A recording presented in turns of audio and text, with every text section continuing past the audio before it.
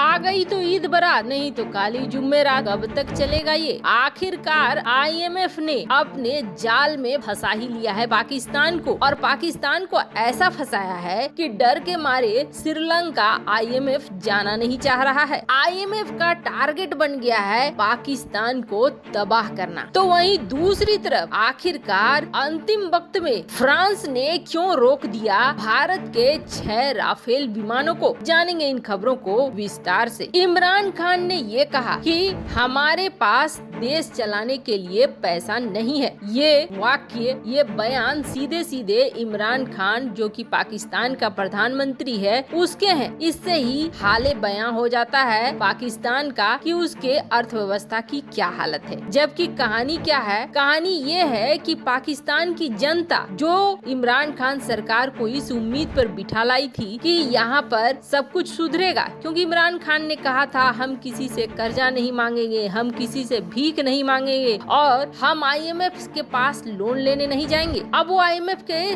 दिन रात चक्कर काट रहा है और IMF उसे टरका रहा है, कई तरह की शर्तें रख रहा है और हालात ये हो गए हैं कि अब इमरान खान और पाकिस्तान की सरकार ने IMF के सब शर्तों को मान लिया है। 5 से 6 शर्तें रखी और 5 से 6 शर्तों को मान लिया है पाकिस्तान ने, लेकिन फिर भी पाकिस्तान की समस्या खत्म नहीं हो रही है। आप ऐसे समझिए कि पाकिस्तान ने IMF की शर्तों को नहीं माना है, बल्कि ये माना है कि कैसे अपनी अर्थव्यवस्था को पूरी तरीके से तबाह करना है। जैसा कि हमने आपको अपनी पिछली खबर में बताया था कि पाकिस्तान शर्त मान रहा है IMF की, और IMF ने अब ये कहा है कि अगली मीटिंग होगी अगले साल जनवरी व फरवरी के महीने में, तब हम निर्णय करेंगे कि आपको देना है लोन या नहीं देना है। स्थिति बहुत भयानक है। अब शर्तों में IMF ने एक ऐसा जाल बुन दिया है जिस जाल में फंस गया है पाकिस्तान। IMF के बाकी शर्तों को छोड़िए,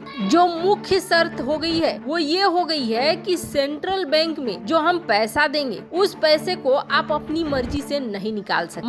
मतलब ये हो गया कि पाकिस्तान की अर्थव्यवस्था तय करेगा अब IMF। कुछ अर्थव्यवस्था का हिस्सा तय करता है चीन, कुछ IMF करेगा, कुछ आर्मी करेगी। मतलब अपने देश की विदेश नीति, अपने देश की अर्थनीति कुछ भी तय करने का अधिकार पाकिस्तान के पास नहीं है। एक तो पहला ये हो गया। दूसरा, अब डैमेज कैसे करना है तो आपको बता दें IMF ने शर्त रख दी है कि आप अपने देश में टैक्स बढ़ाओ और टैक्स आना चाहिए और कलेक्शन होना चाहिए, तभी हम आपको कर्जा देंगे। अब पहले से ही पाकिस्तान ने बिजली दरों को बढ़ा दिया है, टैक्स को बढ़ा दिया है। अब इसके बाद इस शर्त को मानने के बाद पाकिस्तान और भी ज्यादा टैक्स बढ़ाने वाला है। मतलब ये देखिए कि समझ रहा है और जान भी रहा है, फिर भी पाकिस्तान की मजबूरी है कि पाकिस्तान अपने आम जनता पर टैक्स बढ़ाएगा। अब इसका असर क्या होगा? इसका असर ये होगा कि जो कंपनियां पाकिस्तान में काम कर रही हैं उनके ऊपर टैक्स का इतना बोझ आ जाएगा कि वो अपने आसपास के जो क्षेत्र की कंपनियां हैं उसके साथ प्रतिस्पर्धा कर ही नहीं पाएंगी, कंपटीशन कर ही नहीं पाएंगी। ज्यादा टैक्स होगा तो माल का दाम भी ज्यादा होगा, जबकि वहीं दूसरा कंपटीटर अगर सस्ते दर में उसी क्षेत्र में बेच रहा है तो फिर पाकिस्तान के उत्पादों को कौन खरीदेगा? ऐसे में सीधे सीधे दिख रहा है कि पाकिस्तान तबाही की ओर जा रहा है। यहाँ तक कि पाकिस्तान के मंत्री ने भी ये साफ कहा है कि IMF ने अब फंसा लिया है पाकिस्तान को अपनी जाल में और पाकिस्तान की तबाही को निश्चित कर दी है। अब वैसे तो कहा यह जा रहा है कि ये अकेला IMF नहीं है, बल्कि IMF के पीछे अमेरिका और भारत जैसी शक्तियां हैं जो अब पाकिस्तान को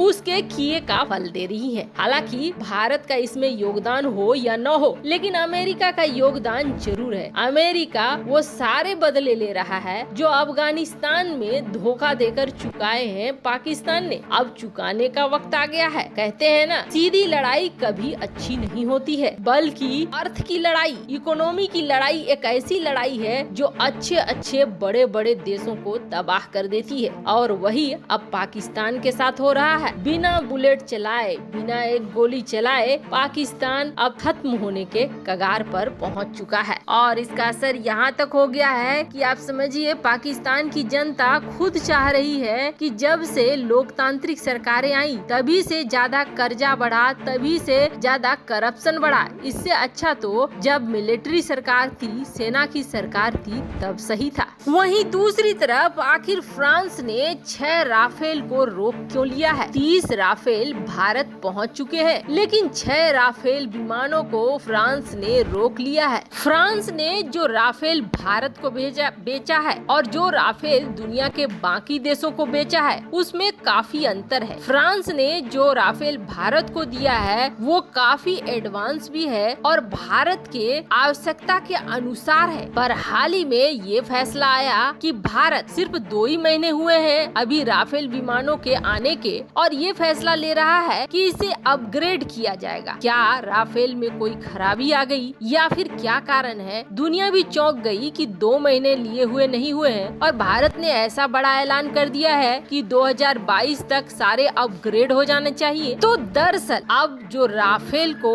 एडवांस होने के लिए भेजा जा रहा है उसमें इसे और भी ज्यादा उन्नत बनाया जाएगा। पहले के राफेलों में कोई कमी नहीं है, कोई गड़बड़ी नहीं है, बल्कि अब दुश्मन के सिस्टम को कैसे धोखा देना है इसमें और भी ज्यादा माहिर बनाया जाएगा राफेल को।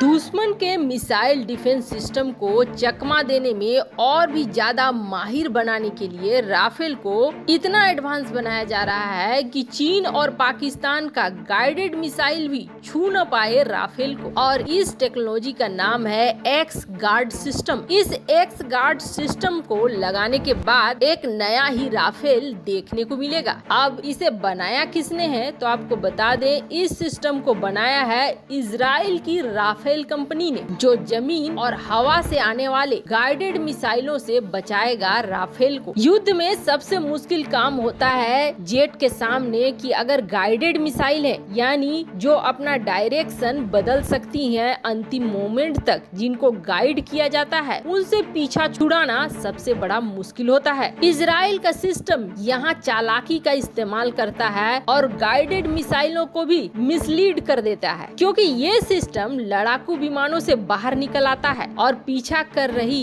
गाइडेड मिसाइल को अपनी तरफ खींचता है और अपनी तरफ आने का संकेत देता है। अब होता ये है कि जो गाइडेड मिसाइल हैं वो सिग्नल पा रही होती हैं एक्स गार्ड से और उन्हें ये लगता है कि यही है फाइटर जेट, और ऐसे में ये अपना निशाना फाइटर जेट की तरफ न करके एक्स गार्ड की तरफ अपना निशाना कर देती है और पायलट के लिए बेहद आसान हो जाता है इस तरह से पीछा कर रही गाइडेड मिसाइल को धोखा देना। वैसे आपको बता दें, इजराइल अपने फाइटर जेट में इन तकनीकों का इस्तेमाल करता है, तो अमेरिका भी अपने F-21 में इसे लगाने के लिए आगे बढ़ रहा है। अब इन्हीं सब कारणों से जहां 30 राफेल की डिलीवरी हो चुकी है, तो वहीं बाकी के 6 राफेल को फ्रांस ने रोक लिया है, ताकि इसे अब इस टेक्नोलॉजी से लैस करके ही भारत भेजा जाएगा। वैसे आपको क्या लगता है, राफेल को इस तरह से अपग्रेड करने का निर्णय क्या भारत का सही है? कमेंट कर अपनी राय जरूर बताएं। जल्द मिलते हैं अगले वीडियो में नई खबर के साथ।